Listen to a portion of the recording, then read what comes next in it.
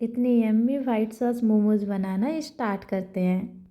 White sauce momos की filling बनाने के लिए सबसे पहले मैंने ले लिया 8 से 10 हरी मिर्च, 2 प्याज, 1 लहसुन की गांठ और कुछ पत्ता गोभी यूज़ होगी हमारी। अब मैंने सबसे पहले इन्हें सभी सब्जियों को बारीक बारीक चॉप कर लिया और अदरक को मैंने ग्रेट कर लिया है।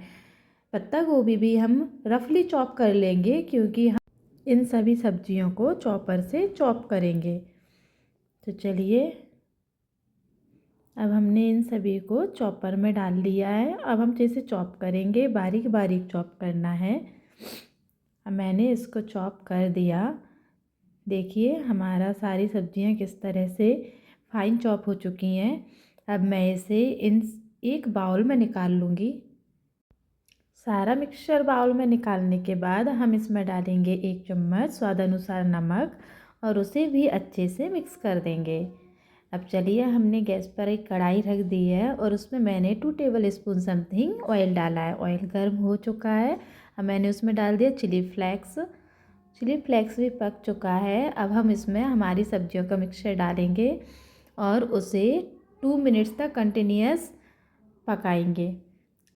तो चलिए, 2 मिनट हो चुके हैं। अब हम उसमें 2 टेबल स्पून समथिंग हमारा सोया सॉस डाल देंगे और इसे भी 2 to 3 मिनट्स तक हम इसे पकाएंगे।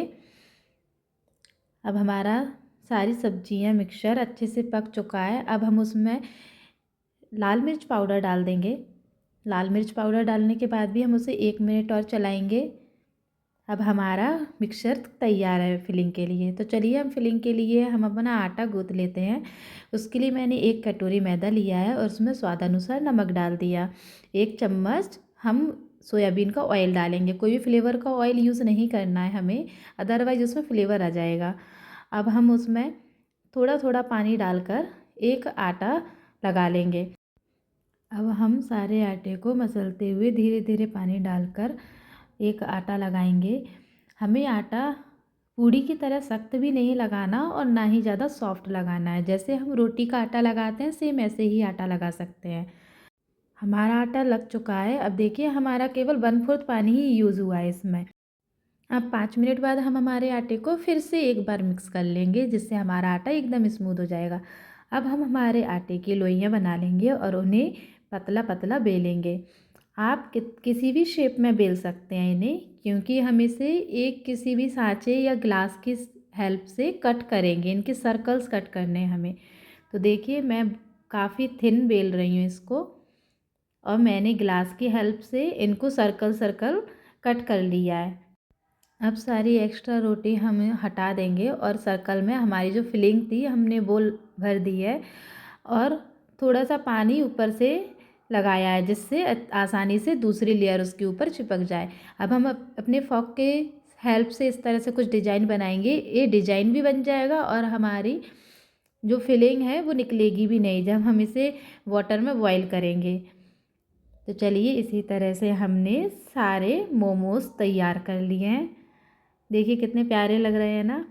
तो अब हमने गैस पर एक बर्तन रख दिया है बॉईल होने के लिए वाटर, और वाटर हमारा बॉईल हो चुका है। अब हम इसमें सारे मोमोज़ डाल देंगे। याद रखिए, जब वाटर बॉईल होने लगे तभी डालें, अदरवाइज़ हमारे मोमोज़ ख़राब भी हो सकते हैं। अब हम इन्हें 7 to 8 मिनट्स तक बॉईल करेंगे। जब ये अच्छी तरह से बॉईल हो जाएंगे तो देखिए सारे हमारे मोमोज़ ऊपर आ रहे हैं ना, इसका मतलब है हमारे मोमोज़ अच्छी तरह से पक चुके हैं। फिर भी मैं 1 मिनट और बॉईल करूँगी, क्योंकि इसमें थोड़ा सा भी कच्चापन नहीं रहना चाहिए, इसलिए टोटल मैंने 7 to 8 मिनट्स इन्हें बॉईल कर लिया है। अब बॉईल करने के बाद हम गैस बंद कर देंगे और हमारे सारे मोमोज़ एक प्लेट में निकाल लेंगे। हमारे सारे मोमोज़ मैंने एक प्लेट में निकाल लिए हैं। अब हम गैस पर हमारी एक कढ़ाई रखेंगे। कढ़ाई गर्म होने के बाद हम उसमें 1 स्पून घी डाल देंगे। आप चाहें तो बटर का भी यूज़ कर सकते हैं। अब मैंने उसमें 1 टेबल स्पून मैदा डाल दिया और उसे अच्छे से पकाएंगे। 2 मिनट्स पकाने के बाद मैंने उसमें काली मिर्च पाउडर डाला है और फिर उसे भी अच्छे से पकाएंगे। अब ये टोटल मैंने 4 to 5 मिनट्स पका लिया है, जिससे हमारा मैदा पक चुका है। और अब मैंने उसमें 2 कप दूध डाल दिया है। अब इसे कंटिन्यूअस चलाते हुए पकाएंगे। अब इसमें हम 1/4 टेबल स्पून सॉल्ट डाल देंगे टेस्ट के लिए। अब हम उसे 1 मिनट और पकाएंगे। अब देखिए हमारा ये बॉयल आ चुका है इसमें। अब हम क्या करेंगे, इसमें 1 चीज़ क्यूब डालेंगे जिससे हमारी white sauce gravy creamy creamy बने। मेरे पास ये अमूल का चीज़ क्यूब था तो मैंने उसको ग्रेट कर दिया है, और ग्रेट करने के बाद हम उसे फिर से मिक्स करेंगे और 2 to 3 मिनट्स फिर से पकाएंगे हम, जिससे हमारा चीज़ अच्छे से मेल्ट हो जाएगा और हमारी वो जो वाइट सॉस ग्रेवी है वो बहुत ही थिक बनकर तैयार होगी और उसमें चीज़ का अच्छा टेस्ट भी आएगा। तो देखिए अब हमारे 2 to 3 मिनट्स हो चुके हैं और हमारा सॉस बहुत थिक भी हो चुका है। अब इसमें हम हमारे सारे मोमोज डाल देंगे और हम हल्के हल्के हाथों से सारे वाइट सॉस को मोमोज़ पर कोट कर देंगे।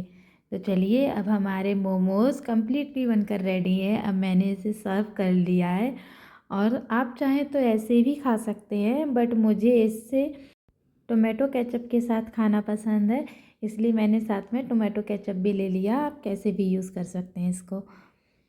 देखिए हमारे मोमोज़ कितने डिलीशियस लग रहे हैं ना।